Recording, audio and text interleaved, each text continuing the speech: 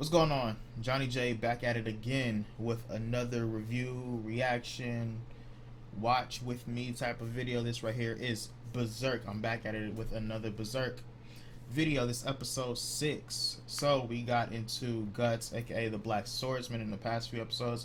We're going through the, I guess you could say, his past life, and that is hopefully going to lead us up into the person that he becomes, that we saw in episode 1, straight up beast, straight up monster. So we're just going to see his development, and hopefully this continues. So this is episode 6. I think it was like episode 4, 5-ish, where they did like a 3-year time jump from when he first joined the mercenary clan, and then you see him now. He's, you know, he's much more muscular, and he has a stronger place within that clan of mercenaries. So let's get into it. My boy Griffith. Message! Message! The raiders under Guts' command are laying siege to the castle's keep. But due to one immensely powerful soldier who is fighting with the enemy, we cannot clear a path. Zod, Hey, the Pippin, Immortal. clueless. He is well known and feared as a legendary fighter among mercenaries. Believe it or not, he's been around for nearly 100 years as far as the accounts of his exploits go. Wow. So he probably is immortal. That's why he's called Nosferatu Zod. Tell me you're kidding. You aren't going to take that kind of fairy tale seriously, are you, Ricky? And Pippin, Man, that guy I needs to go, expected bro. more. He trash. You don't know what you're talking about. Many mercenaries believe he is the god of war. Fine. I thought Kratos was the god of war. Let go of me, Gaston! No way, Commander! I'm not gonna warn you again! Now step aside before I do something we both regret! I need some help over here! You all have to help me stop the Commander! Get the hell out of my way! Bro, that's Goku's voice. Let's just wait a little bit longer! No. How can you say that? They've been in there for 2 That's hours! Goku's voice. Those are my men in there, Gaston! That's what's so dope about like voice acting for like anime shows. If you notice, a lot of the time they recycle the voices. So if you in one anime, you're probably gonna be in another one. Just hang on! I mean, that'd be a dope career to have.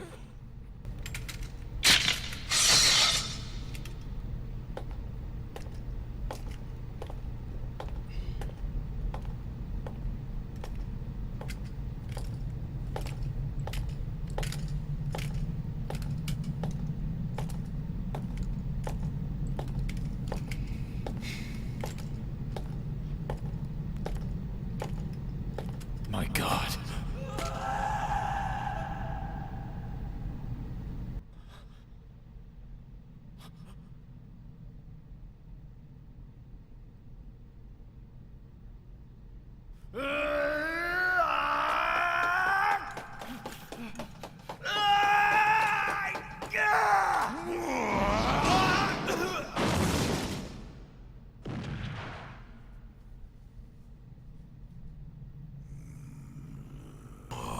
During the past 50 years, not a single warrior has been able to defend against my attack, except you. He is far stronger than any swordsman I have ever stood against. He is the strongest. No, more than that. His strength is not human. I mean, clearly What he can I does not do? look human. I've only been able to defend myself so far because of the size of my blade.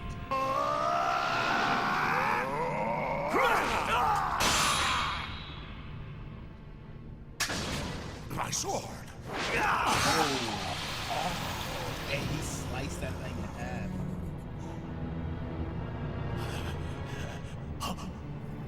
Ah, man. They said he was immortal. This is the first time. Throughout my 300 years of slaughtering, you are the first one who has wounded me like this.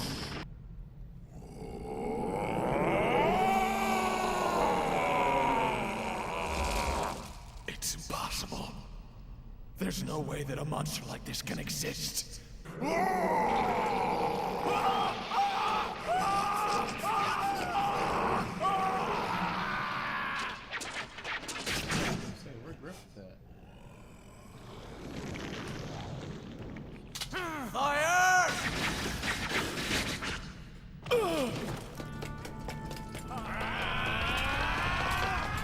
Guts!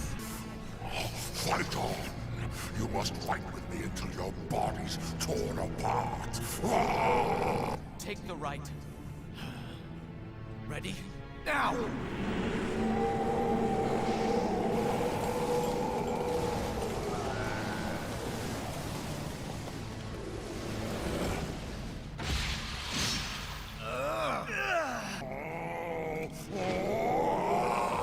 Guts! Let's get out of here. Let's go.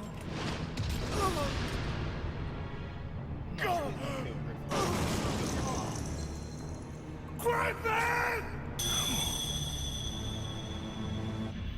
No. The egg of the king. That cannot be. A lad like him possesses the crimson bayonet of the God Hand. Unfortunately, I doubt we will have another chance to fight. But I will leave you with this bit of advice. Or rather, I will foretell your doom. If you think this man your friend, then know this. When you regard one another as brother, and this man's ambition crumbles, it is your destiny to face your death. You cannot escape your fate!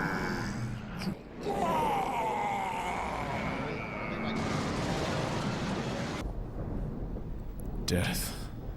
I had forgotten.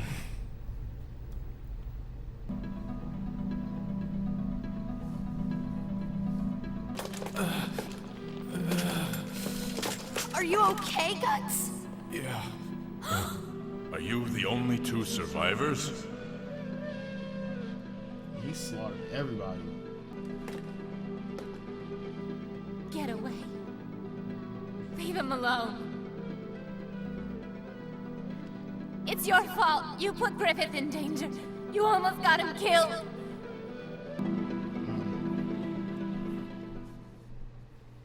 Episode 7. Let's go. Have you heard about the trouble with the Hawks? I have. That they suffered serious losses during a recent battle. You know, the soldiers say they encountered some kind of huge demon in the Tudor castle. A huge demon? You've had a terrible experience in battle, haven't you? I heard that you encountered a demon on the battlefield.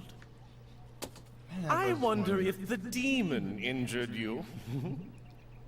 Perhaps in the dark you saw a dog and thought it was a monster in the heat of battle. Most likely.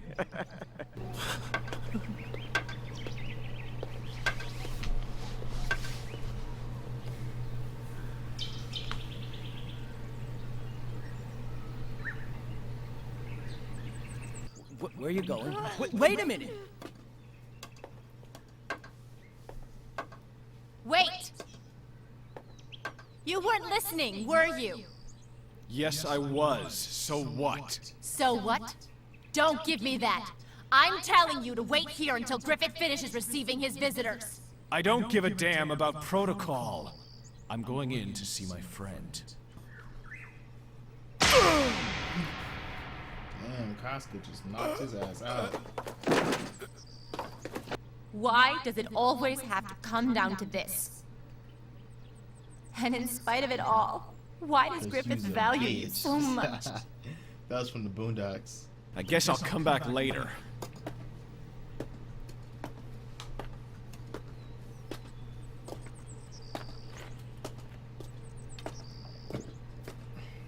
You know, I think I understand how Guts is feeling.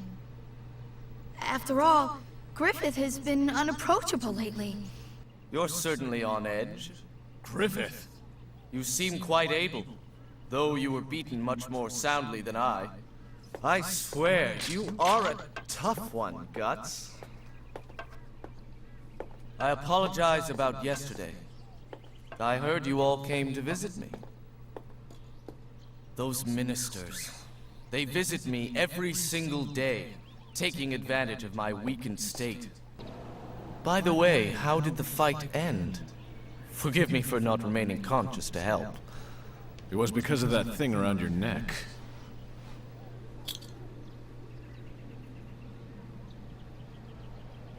Zod certainly recognized that thing. The Baylot seems to protect me from evil. I must thank that old fortune-teller woman. My Lord Griffith, I am always proud when you so capably lead the Hawks to victory.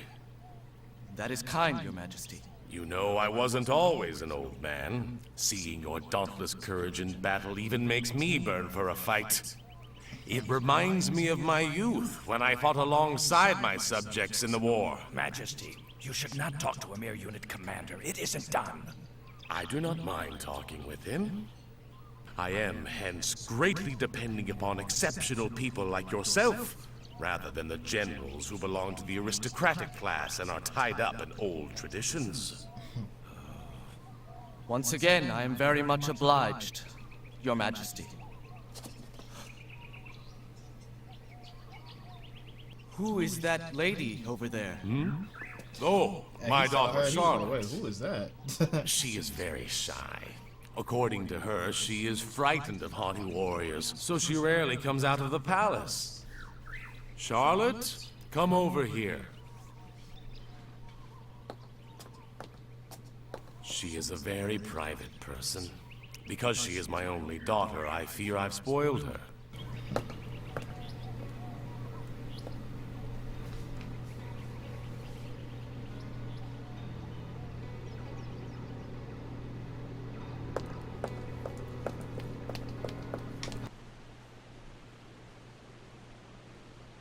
All right, everyone. Do you understand how important this stronghold is? No, sir! Imbeciles! You should know your history! Now you listen. As a result of Doldry's capture, we could, for the first time, successfully split the enemy lines, and this stronghold was built as our army's staging point for attacks against Midland. Excuse me, sir, but what if the enemy doesn't use this bridge and attacks from our flanks? You need not worry. There's no bridge or ford along the river running within 8 miles. And the river is wide and deep enough that not even the best horse could cross. But, pardon me, sir, what if the enemy makes a raft?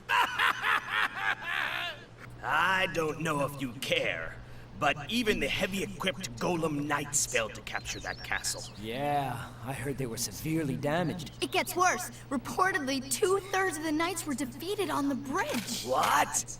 Don't say that. My boy Griffith. Came in there rocking all white. Casca and Guts behind him. Now it's our turn. We shall dispose of them. Well, y'all, that is the ends of episodes 6 and 7. I'm gonna stop right there. Pretty good episode. It's definitely going to dive more into the relationship. I can see that's where it's going to go. It's going to dive more into the relationship between Guts and Griffith, and Casca might be involved in that because she is so heavily invested in the Griffith character. Also, it seems like it's going to get more in tune with the I keep forgetting the name of the little necklace that's around Griffith's neck, which was also the same one or a very similar one to the creature that Guts fought in episode 1. So that is going to be very interesting. It seems like they're tying more of the supernatural / demonic type of beings in this universe, from them starting off introducing in episode 1 that snake demon guy. Don't remember his name at all. But then in episode 6, they introduced Zod, and he's pretty much like immortal, god of war, and he evolved into this demon looking creature, so that would be cool to see how deep they go into that, and then that's probably going to tie into Guts / the Black Klansman getting that mark that we saw in episode 1, and then also that one scene in episode 1 where he's like envisioning or having visions of like demons talking to him. So yeah, that'll be real dope to see how they get to that point? At what point does he become this black swordsman that we saw in episode 1? Also, something that I noticed too is what Zod had said once he saw that little medallion thing around Griffith's neck. When, you know, during the episode, I was thinking that maybe it's going to be a point where Griffith and Guts fight each other, and then that's going to ultimately lead to Guts defeating Griffith, and potentially, I guess, Casca, she might get involved in some way, and that's going to sever the relationship that is currently being built between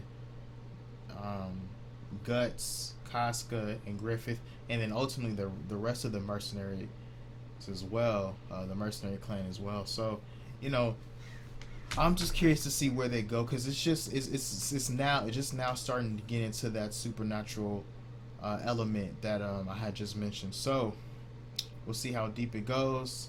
Hopefully we get more of a backstory on Guts when it comes to his sword, because I don't know, it seems like maybe the sword may be important, because, you know, it's a very large sword, and Zod had mentioned that it's a powerful sword. And then also when they were fighting Guts, you know, he was saying in his head that his sword is evenly matched with Zod's weapon, you know, so maybe it might be some type of backstory to that, and hopefully it is. So that'll be real cool to see. I mean, it's like, I think it's like 25 episodes. I'm about to be on episode 8, so hey, hopefully we'll find out soon. And then hopefully also we will, hopefully this whole thing from episode 2 all the way up until the last episode isn't like a prequel going into episode 1.